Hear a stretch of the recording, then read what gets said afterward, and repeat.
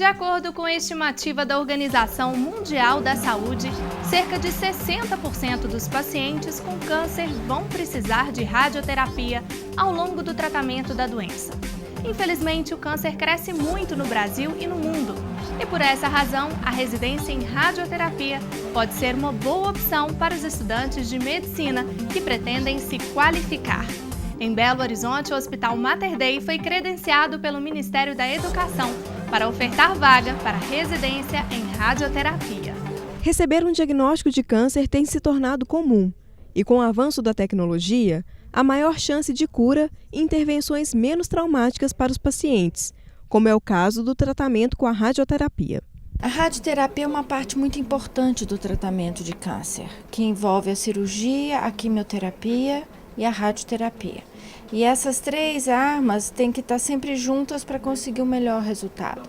O que evoluiu muito na radioterapia foi o processo de imagem, a possibilidade de captar imagens e fazer um planejamento prévio antes de começar o tratamento. Com isso, a gente tem aí a possibilidade da localização virtual do tumor, de todos os órgãos que estão em volta e com isso concentrar a irradiação só no órgão-alvo, diminuindo as complicações e permitindo aumentar a dose de irradiação com maior chance de cura. Com exames preventivos, Simval descobriu que estava com câncer de próstata. Desde março deste ano, ele está em tratamento e precisou da radioterapia. Um problema sério do câncer, principalmente no meu caso que é de próstata, que ela é indolor. Você não sente nada. As técnicas aprimoradas oferecem mais qualidade de vida ao paciente, que pode sofrer poucos efeitos colaterais provocados pela radiação. Em princípio eu tinha um certo receio, que eu nunca tinha feito nada de radioterapia, né? Então a radioterapia é um processo em que você praticamente não vê nada que está acontecendo, né? Você só vai sentir os efeitos depois. E, em princípio, não houve reação nenhuma. Posteriormente, a partir da mais ou menos 20ª sessão, só apareceu um sintoma de urinário, de dificuldade para urinar, mas que foi prontamente resolvido pelo médico com a medicação. O tratamento radioterápico depende de bons equipamentos, de tecnologia aplicada e mão de obra capacitada. Essa estrutura oferece mais segurança aos pacientes, contribuindo para um resultado satisfatório da cura do câncer. Então, o que a tecnologia trouxe e está trazendo, aumentando cada dia mais, é levar uma dose boa, plena para o tumor, para que ele seja erradicado, sem destruir os órgãos que estão do lado. Em Belo Horizonte, o Hospital Mater Dei está investindo na formação de profissionais que vão atuar nesta especialização. A partir de março de 2013, o hospital receberá o primeiro residente em radioterapia do estado. O hospital é pioneiro em Minas, credenciado pelo MEC para realizar residência médica em radioterapia. Faz toda a diferença. Um centro que forma opinião, que tem tecnologia de ponta, muda a história da oncologia do estado. A gente já vive isso nos outros estados e em Minas realmente fazia falta uma residência em radioterapia, onde o residente vai conviver com a melhor tecnologia e transmitir isso. Em relação ao residente, na verdade, eu acho que a importância é que hoje tem um déficit muito grande de profissionais no país. Para você ter uma ideia, formam-se 400 cirurgiões por ano e formamos 33 radioterapeutas por ano. Quer dizer, é um déficit muito grande. Obviamente, os serviços saturam mais rápido, mas o Ministério da Saúde vai doar 80 equipamentos para o Brasil, que é um déficit de aproximadamente 180 equipamentos no Brasil todo, ou seja, pacientes morrendo na fila por falta de equipamento para tratar. Mas ele vai dar o equipamento e esqueceu que não tem quem o faça, quem é que vai dirigir. Você dá um carro, dá uma Ferrari e provavelmente o pessoal não tem condição de dirigi-lo, de executar o tratamento. Então acabamos tendo um outro problema. De acordo com o Instituto Nacional do Câncer, a forma do tumor que mais atinge as mulheres no mundo é o câncer de mama. Por essa razão, uma campanha que vai acontecer até o final de outubro chama a atenção em monumentos e praças. Outubro Rosa é a campanha mundial que pretende estimular as mulheres para se prevenirem do câncer de mama. Além do exame de toque, a mamografia é fundamental para o diagnóstico da doença. Estudos apontam que o diagnóstico precoce aumenta as chances de cura em até 90%. Para chamar a atenção, praças e monumentos de Minas se tornaram rosa. A iniciativa surgiu na Califórnia em 1997 e ganhou o mundo ao iluminar monumentos históricos com holofotes cor-de-rosa. O Brasil aderiu ao movimento no ano passado e desde então a ideia ganhou força entre os municípios brasileiros. Com a chegada do Outubro Rosa, a expectativa é de que os números de mamografias realizadas no estado cresçam ainda mais. O ideal é que a mamografia seja feita pelo menos de 2 em 2 anos. Não deixe de fazer a sua parte. Um sonho ousado vai se transformar em realidade nos próximos anos. Pela primeira vez no Brasil, será construída uma réplica do Globe Theatre, o teatro inglês do século XVI, famoso por exibir vários espetáculos de William Shakespeare. Ouro Preto e Rio Acima são as cidades que terão a oportunidade de sediar um dos mais ambiciosos projetos de artes cênicas do país, além da réplica do espaço físico, que tem capacidade para 1.500 espectadores. O projeto prevê também o desenvolvimento de um grande corredor cultural, colocando Minas na rota de um dos mais importantes festivais de artes cênicas do planeta. Símbolo das obras de Shakespeare, o Globe Theatre foi construído em 1599. Até 1642, o grande teatro inglês sofreu de tudo. Foi incendiado, reconstruído e fechado. Quase 4 séculos depois, ele foi reinaugurado às margens do rio Tâmisa. Expandindo fronteiras além do território inglês, o projeto audacioso chega ao Brasil em terras mineiras, concretizando um antigo sonho do produtor cultural Mauro Maia. A partir de um sonho, de um desejo meu como ator, em 1998, quando eu comecei a montar a Noite de Reis de William Shakespeare, conheci pessoas envolvidas nesse meio, o próprio Grupo Galpão, que foi responsável pelo oficinão do Galpão, em cima da obra de Shakespeare. Foram quase 18 comédias aí para escolher Noite de Reis. E aí esse encantamento pela obra, pela possibilidade, né, como que a obra é tão presente, né, nos dias de hoje, foi me encantando para poder a longo prazo desenvolver uma história que pudesse trazer ou colocar o Brasil no contexto da literatura universal. A partir daí começamos a trabalhar com essa equipe que foi o arquiteto que estudou toda a arqueologia da época para chegar numa conclusão do teatro de 1599 para ser reconstruído em 1997.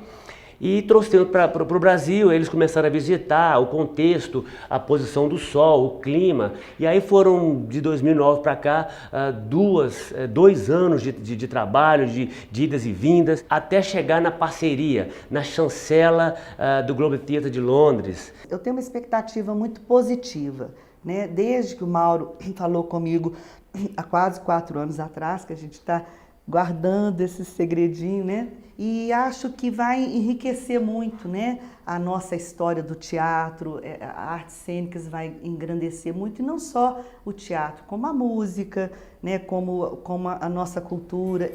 2 cidades mineiras estão entre as opções para abrigar o teatro londrino: Rio Acima e Ouro Preto. A sociedade mineira, tanto de Rio Acima e região, como de Ouro Preto, pode nos ajudar a escolher onde seria melhor construir o Globe. Seria em Ouro Preto com um cluster resolvido, com hospedagem, alimentação e o turismo resolvido, ou seria Rio Acima para nós desenvolvermos a região? O projeto conta com um extenso complexo cultural. Teatro, escola e galerias de arte fazem parte dos planos para a cidade de Rio Acima. Mas o local do grande teatro ainda não foi definido. O projeto é bem ambicioso e generoso com relação a seus objetivos futuros, com a comunidade, com a movimentação econômica, cultural e de crescimento da região, né? Envolvendo tanto a região imediata da comunidade, como também a região metropolitana, né? Haja visto que essas cidades são totalmente ligadas, estreitamente ligadas com a capital. O que o Globe vai trazer? Ele vai trazer todo o ensinamento de arte cênica. Vai haver uma migração, né?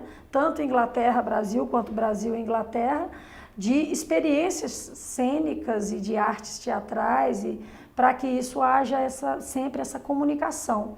A cultura mineira agradece essa importante conquista. Nós temos 2 datas. A primeira seria 23 de abril de 2015, um ano antes das Olimpíadas no Brasil, né? E a segunda seria julho de 2015. 23 de abril de 2015 é aniversário de Shakespeare.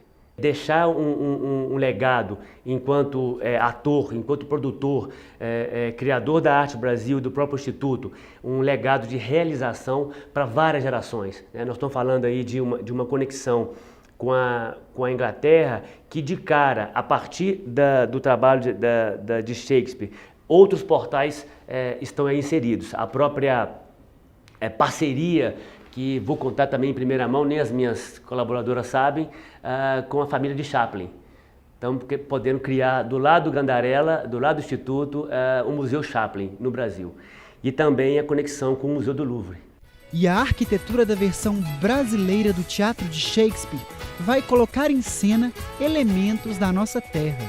Eu acho que tem que ser uma arquitetura orgânica, que acompanhe o terreno e que dê a opção de acontecer os grandes espaços, o grande encontro, as praças, as aglomerações, que o teatro sempre que eu penso, tanto o teatro de rua, o teatro shakespeariano, eu penso nas pessoas se aproximando, curiosas, e assistindo. Aí eu lembro das procissões, do rosário, os congados, as marujadas, todas as nossas festas que nós temos do nosso calendário religioso e tradicional folclórico, né, em Minas Gerais. A chegada do Globe abre uma oportunidade para que outras companhias brasileiras se apresentem no renomado teatro, vivendo uma experiência semelhante à do Grupo Galpão, o único a se apresentar no Grande Teatro Londrino até hoje.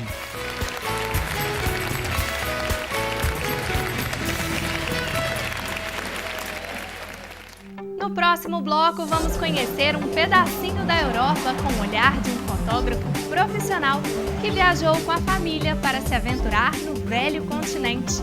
E ainda as atrações culturais. Até daqui a pouco!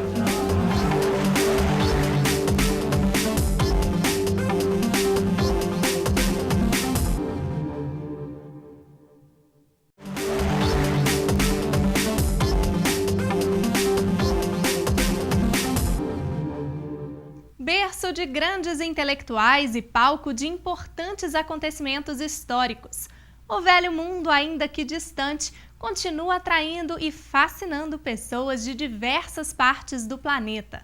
É hora de fazer as malas e embarcar na história de Gustavo Andrade, um mineiro apaixonado por viagens e pela fotografia. Ele juntou a família e os amigos para concretizar o sonho de conhecer a Europa.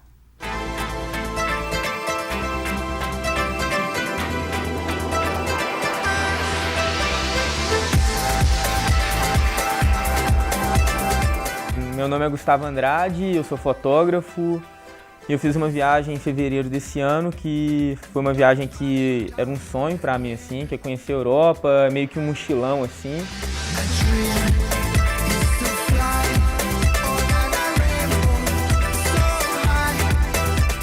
A gente planejou essa viagem tipo uns 6 meses antes para tudo desse certo, assim, porque foi uma viagem longa, então acho que precisou de um planejamento mais adequado. Foi uma ideia que partiu de mim, assim. Eu falei, ó, eu tenho um sonho de conhecer a Europa, já tinha 2 anos que eu não tirava férias. Eu falei, ó, nas próximas férias eu vou passar férias toda na Europa, rodando. Eu estipulei os países que eu queria ir e falei, ó, tô indo viajar. Aí, de cara, meu irmão já topou, falou, ó, eu vou com você. Aí, quando meu irmão topou, minha prima com o marido, aí chamou um casal de amigos, chamou minha tia, meu tio, meu pai viu, falou, ó, vou programar minhas férias também. Acabou que foi uma turma grande, assim.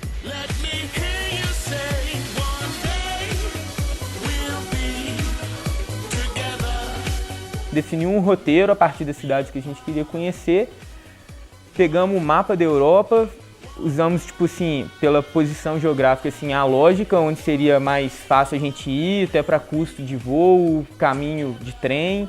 Então a gente olhou isso tudo para definir e partimos, assim.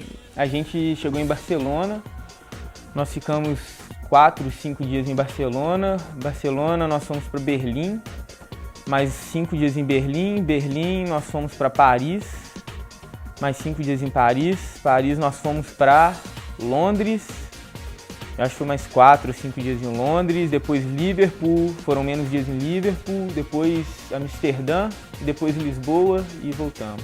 E a gente chegava em Barcelona, por exemplo, a gente pegava o mapa, aí a gente ia no computador, olhava o que a gente tinha marcado de bacana e tal e definia, ó.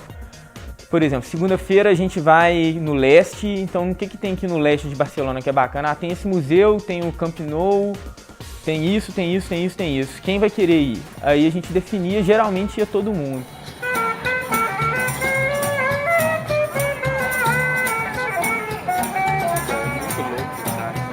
Então foi uma viagem que a gente estava junto a maior parte do tempo, mas às vezes separava para cada um atender o que queria. Às vezes eu queria ir numa exposição de fotografia que o pessoal não tinha interesse, aí eu ia e encontrava com o pessoal depois. Então, viagem em grupo você tem que ter esse espírito assim.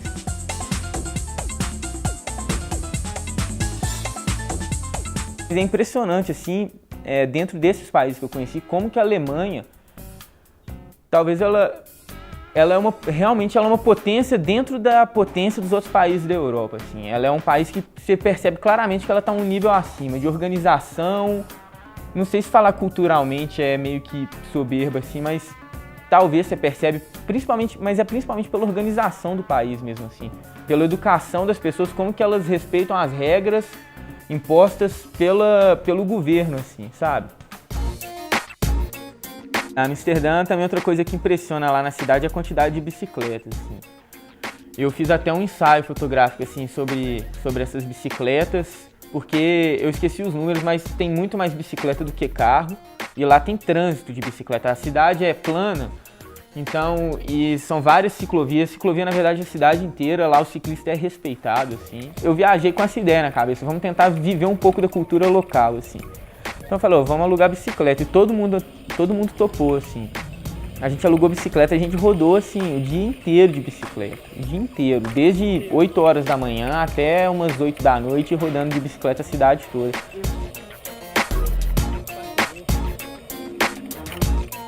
Eu acho que com essa viagem eu aprendi muito. Eu acho que é um negócio que sempre que eu puder, pelo menos toda vez no ano, é claro que sempre que eu puder, porque é uma viagem que fica cara, assim, eu quero fazer, porque você aprende muito.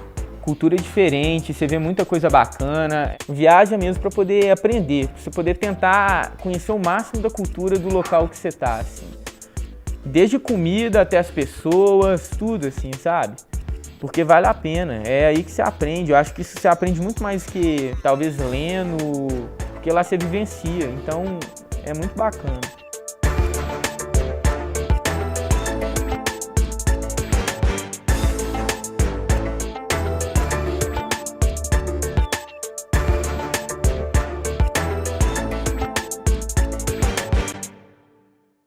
No próximo domingo, dia 28, milhares de fiéis celebram o dia de São Judas Tadeu. O santuário que recebe o nome do santo, que fica no bairro da Graça, em Belo Horizonte, o arcebispo metropolitano de Belo Horizonte, Dom Valmor Oliveira de Azevedo, vai presidir a missa às 6 da tarde. Para receber o imenso público, o trânsito local sofrerá algumas mudanças. A BH Trans orienta os fiéis a utilizarem a passarela da Avenida Cristiano Machado e para que os motoristas fiquem atentos aos desvios. A circulação de veículos no entorno do santuário não será permitida. E hoje temos 2 aniversariantes que recebem homenagem do nosso programa, além, é claro, de cinema, dança e teatro.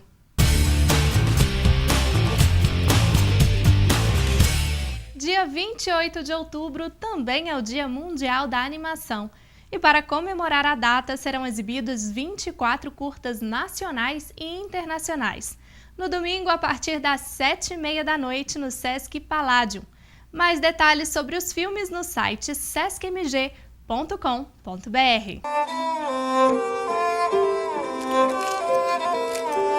Olha aqui. E vou falar pro teu pai. Acho melhor não. Por quê? Por do que ele andou falando de tu.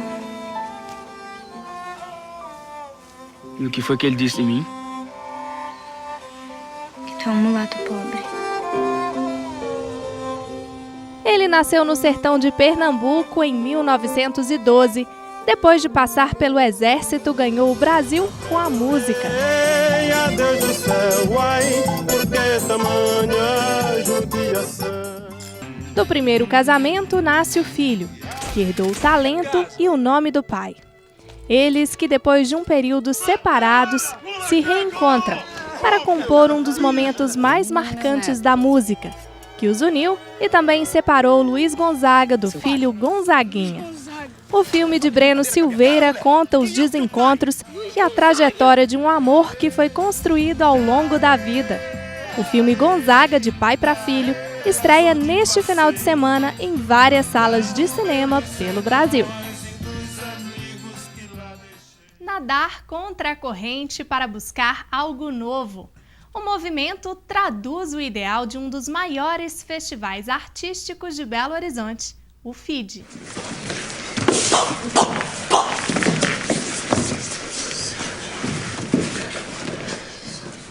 O Fórum Internacional de Dança busca inspiração na coreografia dos peixes para apresentar uma extensa e inovadora programação. De Paris a BH, vários espetáculos movimentam o circuito da dança na capital e região metropolitana. Os pequenos também ganham destaque nessa edição com o Fidinho, que traz espetáculos especialmente para o público infantil. As apresentações do FIDE em BH vão até o dia 4 de novembro e custam R$ 4,00 a inteira. Toda a programação e os locais dos espetáculos você encontra no site fide.com.br.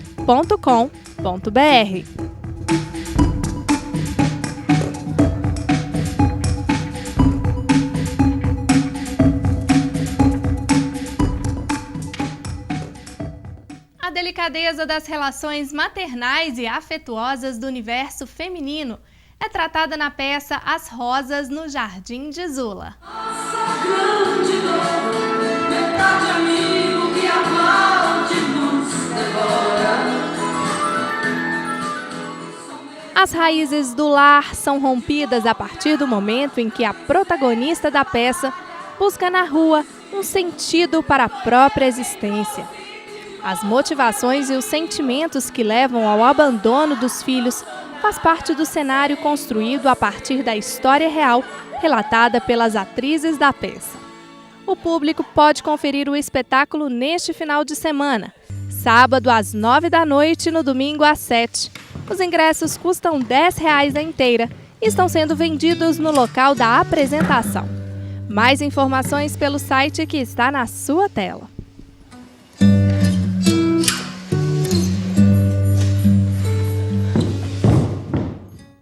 O cartunista brasileiro Ziraldo comemorou esta semana 80 anos. Ele, que é criador de personagens famosos como o Menino Maluquinho, atualmente está entre um dos mais conhecidos e aclamados escritores do país.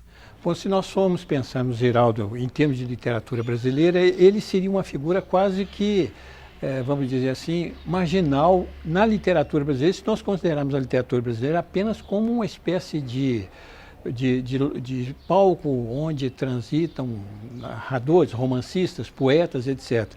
O Ziraldo não foi, assim, rigorosamente uma dessas coisas, mas o Ziraldo foi um intelectual de mil faces.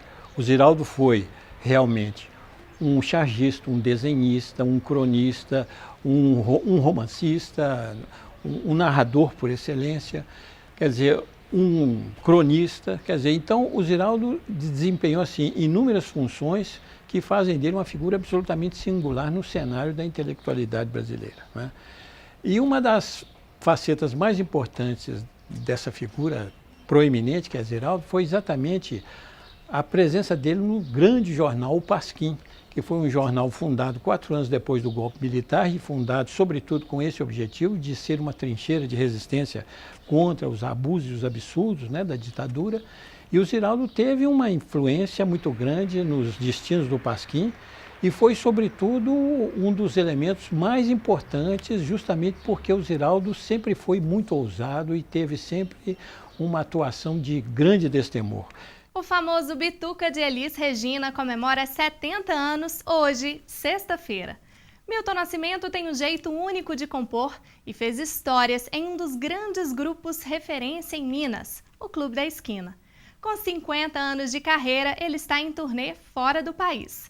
Mesmo assim, nós deixamos aqui nosso desejo de muitos anos de saúde e sucesso.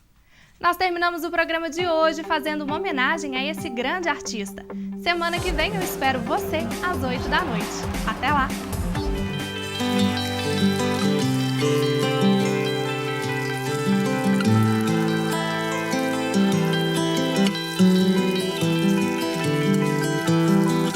Minha mãe que falou, minha voz vem da mulher, minha voz veio de lá, de quem me gerou.